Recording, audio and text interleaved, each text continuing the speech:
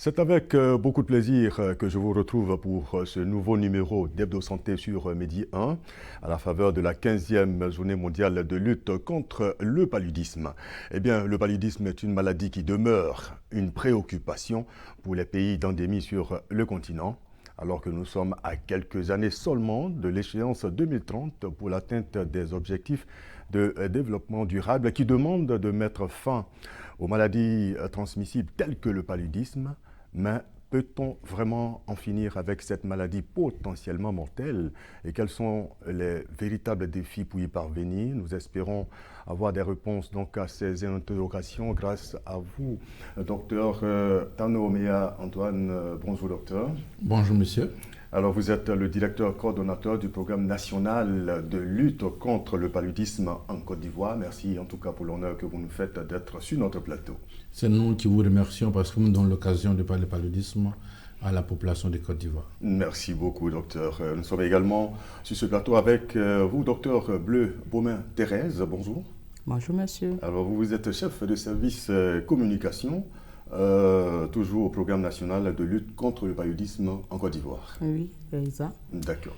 En tout cas, merci donc à tous les deux d'avoir accepté de participer à cette émission. Je le disais donc, le paludisme demeure une préoccupation pour les pays d'endémie donc sur le continent. Fort heureusement donc, il y a une régression concernant donc le taux de mortalité. Docteur Meya. Oui, merci beaucoup. C'est vrai que le paludisme demeure aujourd'hui toujours un problème majeur de santé publique. Le paludisme en Côte d'Ivoire représente un tiers des consultations, c'est-à-dire que 33% de la population qui vient à l'hôpital, c'est pour le paludisme. Donc, par rapport à toutes les maladies, c'est toujours un problème, une préoccupation. Mais malgré cela, la mortalité liée à cette pandémie baisse de jour en jour, on peut dire d'année en année. Puisque de 2017 en 2020, nous avons eu une réduction de plus de 50% de la mortalité liée au paludisme. Donc nous sommes passés de 3222 cas de décès à 1316 cas de décès en fin 2020. C'est une très bonne chose. Mais cela ne voudrait pas dire qu'on est en train d'éliminer le paludisme. On tend vers. Il y a beaucoup de choses à faire. Ce qui reste à faire, notre objectif, c'est de ne pas avoir des cas de décès. C'est d'avoir moins de cas de décès par rapport à ce que nous avons aujourd'hui. Si on a un décès pour 1000 habitants ou un décès pour 2000 habitants, on se dit que là, on tend vers l'élimination. Est-ce qu'il y a un recul également au niveau de la prévalence? Au niveau de la prévalence, malheureusement, non. Malheureusement, non, parce que nous sommes en train de recruter toujours. C'est-à-dire, nous avons fait des stratégies qui nous permettent de toucher tous les cas de paludisme. Avant, nous étions seulement que dans les centres de santé. Dans les centres de santé, on se disait que les centres de santé, ce n'est pas suffisant. Il fallait aller dans la communauté. Et nous sommes allés dans la communauté. Et aujourd'hui, nous avons plus de 11 000 ASC. Ce sont des agents de santé communautaires qui sont dans les villages, qui sont situés à plus de 5 km d'un centre de santé, qui prennent en charge les enfants de moins de 5 ans et qui sensibilisent les femmes à utiliser les moustiquaires et à prendre la soie dans une pyrimétamine. Donc, en dehors de ça, nous sommes allés aussi dans le privé. Dans le privé, nous travaillons avec le secteur privé, proprement dit les entreprises privées. Les entreprises privées qui ont un centre de santé à leur sein, ils prennent en charge aussi le paludisme de façon gratuite à leur sein. Nous travaillons aussi avec les cliniques privées de Côte d'Ivoire aussi, qui ont accepté de distribuer gratuitement la surveillance de pyrimétamine aux femmes enceintes, la moustiquaire aux femmes enceintes, aux enfants de moins de 5 ans. Et la dernière stratégie que nous avons fait, c'est de rapprocher les services de consultation de prévention des populations. Donc, chaque trimestre, nous faisons des activités qu'on appelle les consultations en stratégie avancée dans les villages qui sont situés à plus de 5 km d'un centre de santé. On dit que pour information, il faut dire qu'il y a entre 29 et 30% de la population qui est située encore à plus de 5 km d'un centre de santé. Donc ces populations n'ont pas accès facilement aux soins. Et donc nous rapprochons les services de prévention et de prise en charge de ces populations par les consultations en stratégie avancée. Donc tout cela concourt à un recrutement des cas. Et donc aujourd'hui, ce qui donne un peu nous donne la satisfaction, c'est que là où se trouve une personne vivant en Côte d'Ivoire, cette personne est capable d'être prise en charge si elle contracte le paludisme. Donc, nous sommes en progrès, nous sommes en train de recruter, mais nous pensons qu'à un moment donné, on va arriver à un sommet et ça va redescendre. Mais ce qui nous réconforte, c'est que malgré tout, la prise en charge est bonne, ce qui fait que le nombre de cas de décès baisse d'année en année. Alors, docteur Bleu, quel a été le rôle de la communication dans tous ces efforts, dans toute cette stratégie? Merci beaucoup. Il faut dire que la communication, nous avons 4 axes. Les 4 axes, nous avons la communication de masse à travers les médias, les panneaux et la radio. Après cela, nous avons la communication de proximité. Monsieur le directeur disait tout à l'heure que nous avons plus de 11 000 agents de santé communautaire. Ils sont chargés de la communication de proximité dans les villages. Et nous avons les groupements féminins. Les groupements féminins qui sont déjà constitués autour de 2500 groupements féminins à travers la Côte d'Ivoire qui sensibilisent les femmes à aller à l'hôpital en cas de grossesse, en cas de maladie dans leur communauté. Et il faut dire qu'il y a un gros pan qui est l'assainissement du cadre de vie. Ces gens sensibilisent sur l'assainissement du cadre de vie, l'utilisation des moustiquaires pour faire la prévention de la lutte. Après la communication de proximité, nous avons la communication digitale que nous avons développée vu que le milieu urbain n'était pas tellement touché par la communication de masse que nous étions en train de faire. C'est ainsi que nous avons les réseaux sociaux. Nous avons un site web que nous animons à chaque fois. Et le gros volet de plaidoyer. Le plaidoyer chez nous, c'est non seulement pour la mobilisation des ressources, mais c'est pour que les leaders communautaires, c'est-à-dire les rois, les chefs traditionnels, adhèrent à la lutte contre le paludisme. Vous savez tous que nos normes sociales sont détenues par les leaders communautaires. Quand vous parlez d'adhésion, c'est quoi C'est-à-dire que le leader communautaire, c'est-à-dire le roi ou bien le guide religieux, lorsqu'il a compris le bien fondé de la lutte contre le paludisme, dans sa communauté, il devient un relais qui sensibilise sa communauté à lutter contre le paludisme, à utiliser les moyens de prévention que nous mettons à leur disposition. C'est pourquoi la Chambre nationale des rois et chefs traditionnels, en 2021, décembre, s'est engagée à signer un engagement pour lutter contre le paludisme aux côtés du gouvernement. Les préfets aussi sont engagés. Et nous allons arriver au niveau des chefs du village pour que dans chaque village, le chef de village et sa notabilité s'engagent dans la lutte contre le paludisme en sensibilisant sa communauté, en organisant les séances de salubrité dans leur communauté. Voilà ce que nous faisons pour accompagner les différentes stratégies de lutte contre le paludisme. D'accord. Alors, toutes ces actions, on a l'espoir que ça va donc faire baisser l'incidence. Monsieur le directeur donc l'a dit tantôt. On espère que la coupe donc va redescendre. Est-ce que vous pensez qu'on est sur donc la bonne voie? Vous avez dit qu'on n'est pas, on ne peut pas dire qu'on a éliminé le paludisme, mais on est sur la bonne voie, monsieur le directeur. Oui, nous sommes sur la bonne voie, comme le dit tout à l'heure Madame le docteur Bleu. Toutes ces stratégies que nous avons développées, sans la communication, on ne peut pas avoir de résultats. Donc c'est la communication qui nous permet d'avoir ces résultats. La communication et le plaidoyer, comme on l'a dit tout à l'heure. Aujourd'hui, à l'hôpital, tous les médecins, les sages-femmes, les infirmiers, ils s'accompagnent en charge les malades. Je parlais tout à l'heure des activités communautaires.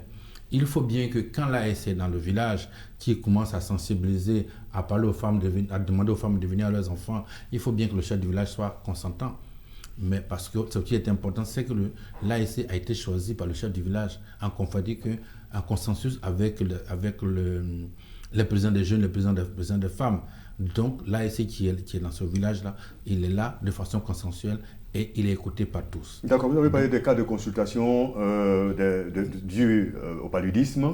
En stratégie avancée. En stratégie avancée. Oui. Est-ce que ça donne l'impression que les populations connaissent de plus en plus les signes du paludisme? Il n'y a plus de confusion, comme avant on le disait, le paludisme est dû certainement au soleil. Aujourd'hui, on maîtrise plus les signes du paludisme. Oui, aujourd'hui nous avons fait des enquêtes de connaissance qui ont montré effectivement que les femmes, que toute la population aujourd'hui, vous partez au fin fond de la Côte d'Ivoire, vous demandez le paludisme quoi, ils vont vous décrire, ils connaissent les signes.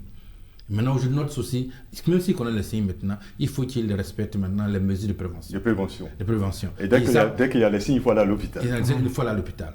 Et donc, ils savent que la moustiquaire, c'est pour éviter, c'est pour dormir sur la moustiquaire et éviter la maladie. Mais il faut que ça soit concret. Il ne suffit pas de dire dans la bouche seulement. On veut que la population utilise vraiment la moustiquaire. Et utilise bien la moustiquaire. Bien la moustiquaire. C'est pour ça que nous voulons que les chefs de village, comme l'a dit tout à l'heure Madame le Docteur Bleu, les chefs héros traditionnels se sont engagés. Mais ce n'est pas fini. Il faut qu'on arrive jusqu'au niveau du village. Donc dans ce village-là, avec un ASC qui est déjà sensibilisé, formé, avec le chef du village qui connaît maintenant la cause, les différents types de paludisme, qu'est-ce qu'il faut faire pour éviter le paludisme, il va jouer sur sa communauté, avec le président des jeunes, président des femmes, quand tout le monde est sensibilisé, la population, elle sera sensibilisée, et la population va s'approprier la lutte. Elle-même va éviter d'avoir de l'eau stagnante autour de sa maison, va rendre propre son environnement, et ce qui va faire qu'à un moment donné, il n'y aura plus de moustiques dans le village. S'il n'y a plus de moustiques, il n'y a plus de piqûres, il n'y a pas d'infestation, il n'y a pas de paludisme. D'accord. Alors, nous avons recueilli quelques avis justement des populations. Nous leur avons posé la question de savoir que faut-il faire pour qu'on n'ait plus de paludisme en Afrique, dans nos pays africains. Voilà ce qu'ils ont répondu. Pour mettre fin au paludisme, en un mot pour l'éradiquer, une des solutions majeures passe par l'hygiène. L'hygiène de notre environnement et l'environnement qu'on doit entretenir pour ne pas que les parasites s'installent. C'est quand les coins sont un peu sales, donc ça fait que ça envoie beaucoup de moustiques. Donc ensemble, nous on va développer bien nos pays pour que le coin soit propre. Les moustiques, c'est les flaques d'eau. Les eaux usées dans les boîtes, dans les pneus et autres, surtout beaucoup d'herbes. Donc si on est propre autour de nous et qu'on met les moustiquaires imprégnés, ça peut nous aider énormément. Donc il faut surtout inciter sur la propreté autour de la maison et chez soi-même, dans la maison. Pour jeter les ordures comme ça, il faut qu'on arrange bien dans un coin où les gars vont venir ramasser les poubelles de jeter dans les caniveaux, l'eau sale dans les caniveaux. Donc c'est ça mais qui fait qu'il y a trop de moustiques. Donc vraiment nous aussi ça ne nous aide pas. Pour moi c'est une utopie de finir avec le paludisme. Tant que nous avons les moustiques en Afrique, tant que nous avons les moustiques dans nos villages, dans nos villes, ça va être compliqué. Maintenant le problème c'est quoi? Puisque le paludisme vient directement des piqûres de moustiques. Pour ce que je sais. Alors, il faut pouvoir, comme au temps d'Oufoué, au temps d'avant, où il y avait un petit avion qui passait et qui pulvérisait toutes les villes. Je crois que c'est à ça qu'il faut revenir. Il faut toujours employer tout ce qui est nécessaire pour anéantir ces moustiques-là. Tant que les moustiques existeront, le paludisme existera. Et comme il est difficile de cerner ces moustiques-là, le vaccin n'est pas encore disponible. Donc tout ce qu'on peut dire, c'est de faire la propreté autour de soi. Il faut éviter de faire le nid aux moustiques, tout simplement. Voilà. Jusqu'à ce que on trouve la solution miracle, la panacée, il faut le faire, quoi. Il faut le faire. Alors, Docteur Bleu, on se rend compte que les populations ont compris le danger que représente le paludisme, les enjeux même de cette maladie. Les enjeux de cette maladie, il faut dire que nous devons tendre vers l'élimination. Quel enjeu pour tendre vers l'élimination?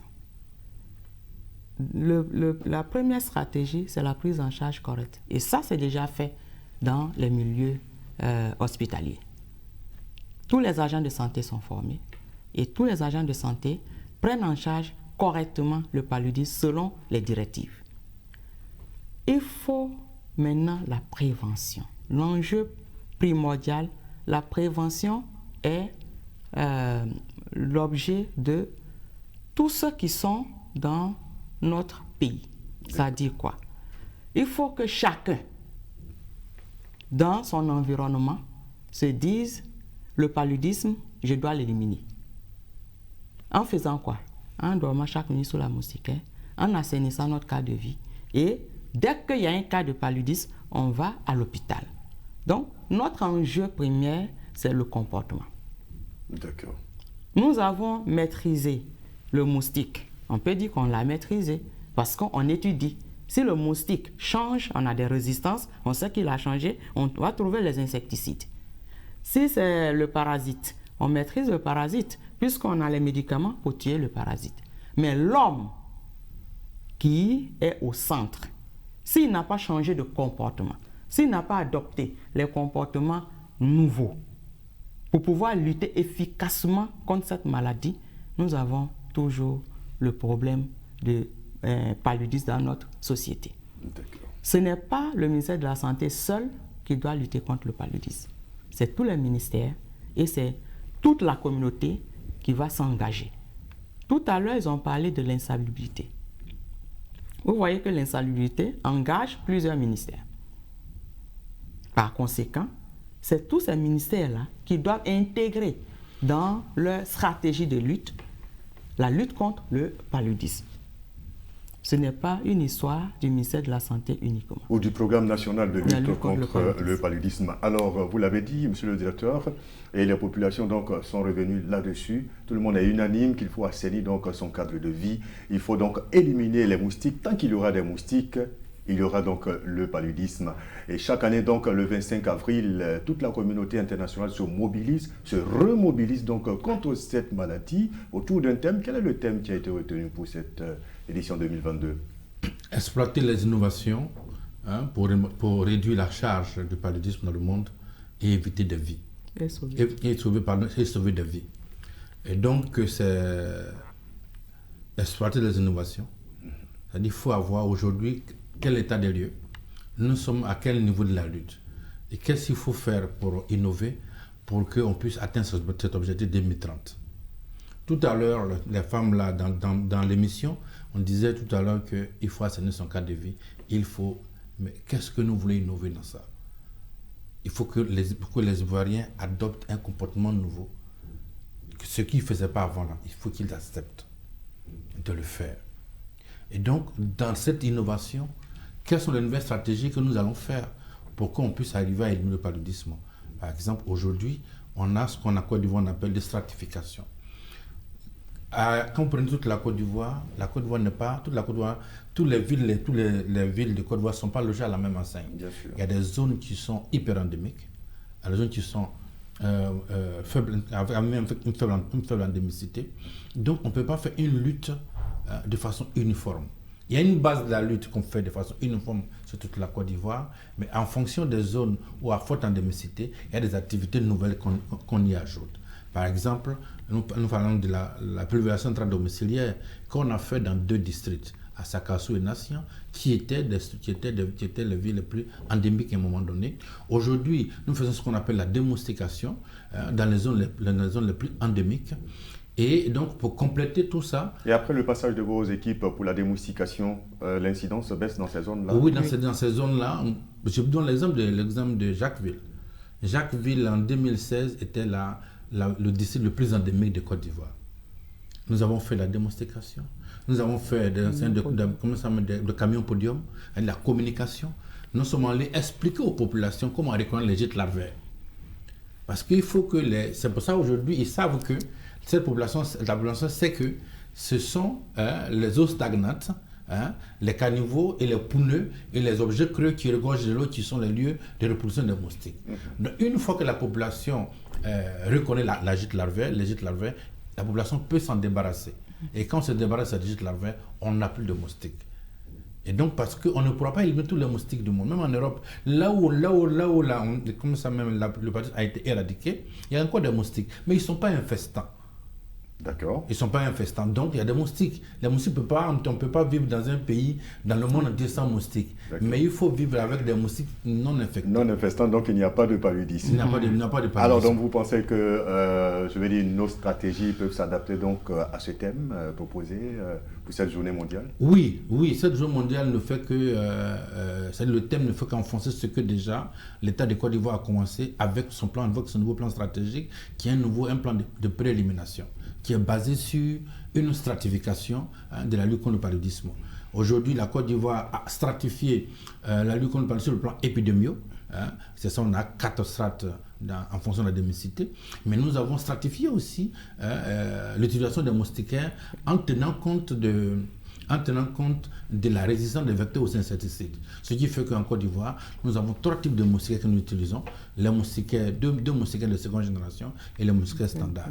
Aujourd'hui, il y a 28 districts en Côte d'Ivoire. À cause de cette certification, on a pu savoir qu'il y a 28 districts de la Côte d'Ivoire dans lesquels les moustiquaires standards ne marchent plus. Donc, ces 28 districts-là, on utilise les moustiquaires de seconde génération. Donc, c'est ça qui fait. Donc, quelle est la différence entre ces 2 moustiquaires standards et de dernière génération? On les reconnaît par quoi, la couleur Non, on a choisi, la Côte d'Ivoire a choisi de faire des moustiquaires avec une même couleur. D'accord. Mais avec des insecticides différents. D'accord. Parce que ça va pour éviter les problèmes d'éthique, des problèmes de choses. Donc, vous êtes à Korogo, la moustiquaire vous dit à Korogo, elle est efficace à Korogo. Vous êtes à Bengourou. Elle ne peut pas être efficace à Adzopé, non? Non. D'accord. Vous êtes à Bengourou ou à Adzopé, la moustiquaire qui est à Adzopé, elle est efficace à Adzopé. La moustiquaire qui est à Bengourou, elle est efficace à Bengourou. Et donc, c'est comme ça que nous avons fait.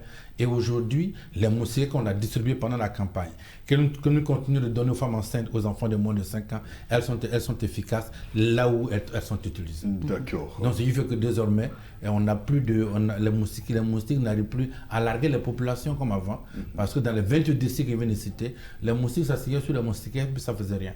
D'accord. Mais aujourd'hui, il n'en est plus de tout cela. Il suffit que les moustiques s'approchent et qu'ils tombent. Alors, stratégie communautaire et communication, quel sera le point fort pour effectivement appliquer ce thème de cette journée mondiale, Dr Bleu? Merci, monsieur. Le point fort, c'est qu'il faut que la communication et les stratégies communautaires soient intriguées. C'est-à-dire quoi? Lorsque l'ASC est en train de sensibiliser sur la moustiquaire, il va falloir que nous aussi, nous communiquons sur toutes les antennes sur le même thématique.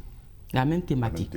Oui. Pour ne pas que la population soit exposée à 2 sons de messages. Donc, c'est-à-dire qu'on va faire maintenant les campagnes thématiques. On a commencé avec la moustiquaire, l'assainissement du cadre de vie. Après, nous allons attaquer la prise en charge. Après, nous allons attaquer la femme enceinte. Donc, on aura dans chaque média les mêmes messages, que ce soit digital, que ce soit mass média. Et communautaire, nous allons adapter pour que la population cible soit sensibilisée au maximum à un message bien précis, adopte ce comportement avant de passer à un autre message. Ça, c'est la stratégie communautaire que nous allons adopter. En plus de cela, nous allons vraiment axer nos stratégies sur les leaders communautaires, les rois et chefs traditionnels et les guides religieux. Nous avons 6 guides religieux. Nous avons déjà fait le plaidoyer auprès de 3 qui sont engagés. Il reste encore 3 autres. De sorte qu'ils s'engagent à sensibiliser leurs fidèles dans les lieux de culte pendant les grandes réunions et toutes cérémonies, que ce soit le mariage, baptême, etc. En tout cas, toutes les occasions. Toutes les occasions seront de exploitées rencontre donc pour avec la communauté seront vraiment profitables pour nous. Passer un message, voilà, justement. Exploiter. De sorte que aujourd'hui, quand vous prenez nos messages, il y a des messages pour la communauté musulmane. C'est-à-dire que de sorte qu'ils se sentent concernés. Si c'est un spot, le spot sera fait par quelqu'un qui est habillé en tenue comme il se doit. Ou bien l'affiche, il va falloir qu'on mette un imam dessus. Ou bien un prêtre. Ou bien un chef religieux, un chef coutumier. Pour que chacun se sente concerné par le message que nous délivrons. Il y a du travail qui est fait. Donc, monsieur le directeur, est-ce que dans cet élan de mettre fin au paludisme avec ce thème pertinent, évocateur de cette journée mondiale, est-ce qu'il y a une synergie d'action entre les différents programmes des pays, le programme de la Côte d'Ivoire, le programme du Mali par exemple, vous mettez ensemble pour que vous soyez plus efficace? Oui, nous travaillons ensemble. Aujourd'hui, ce que nous faisons ici, c'est la même chose qui se fait au Mali, qui se fait au Burkina et qui se fait au Togo, au Ghana. Nous avons un cadre dans lequel on se réunit, souvent selon l'OAS, soit avec CEDEAO, et soit convoqués par RBM ou soit avec l'OMS. C'est-à-dire que ce sont les mêmes informations. On a pratiquement les mêmes directives de lutte contre le paludisme. Voilà, souvent en fonction de la géographie, ça peut être différent un peu, parce que dans le Mali aujourd'hui, tout le nord, ils font seulement que là, ils font une stratégie qu'on ne fait pas encore en Côte d'Ivoire, mais en dehors de ça, toutes les autres stratégies sont les mêmes et partout. Il ne nous reste qu'une seule minute et je voudrais qu'on consacre cela au vaccin. Est-ce que vous ne pensez pas que ce sera très, très bénéfique donc, à faire reculer le paludisme d'ici à 2030? Je voudrais vous dire merci, le vaccin est une très bonne chose. Depuis que l'OMS a légiféré là-dessus, tous les pays sont en attente de ce vaccin. C'est vrai que ce n'est pas un vaccin à 90% d'efficacité, mais le taux d'efficacité qu'on a aujourd'hui va nous aider dans le cadre de la prévention. Et ça se fait où, le vaccin? Le vaccin, pour le moment, on n'a pas commencé le vaccin, mais l'État de Côte d'Ivoire et ses partenaires sont en train de travailler. Pour que les premiers vaccins qui seront disponibilisés d'ici l'année prochaine soient aussi disponibles en Côte d'Ivoire en même temps que les autres pays, pour que nous commencions aussi le vaccin chez nous. D'accord. En tout cas, vraiment merci à vous, docteur Tano Meya Antoine. Je rappelle que vous êtes le directeur coordonnateur du programme national de lutte contre le paludisme en Côte d'Ivoire. Merci en tout cas d'avoir été là et pour toutes ces informations. Merci également à vous, docteur Bleu Baumé Thérèse. Vous êtes chef de service communication au programme national de lutte contre le paludisme, toujours en Côte d'Ivoire. Merci à l'équipe de réalisation Fares Akoura et Michel Yao. Et bien sûr à vous pour l'intérêt que vous portez à Hebdo Santé. Disons tous zéro cas de paludisme dans nos différents pays. À très bientôt pour un autre numéro, toujours sur Média.